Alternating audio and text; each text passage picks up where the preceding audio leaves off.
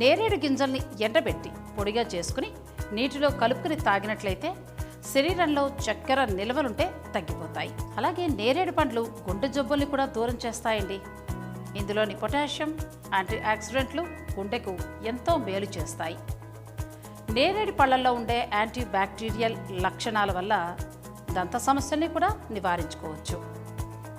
నేరేడు పళ్లను తీసుకునే వారిలో పళ్ళు, చిగుళ్ళు కూడా బలంగా ఉంటాయి. ఇలాంటి మరిన్ని విశేషాల కోసం మా ఛానల్ని సబ్స్క్రైబ్ చేయండి.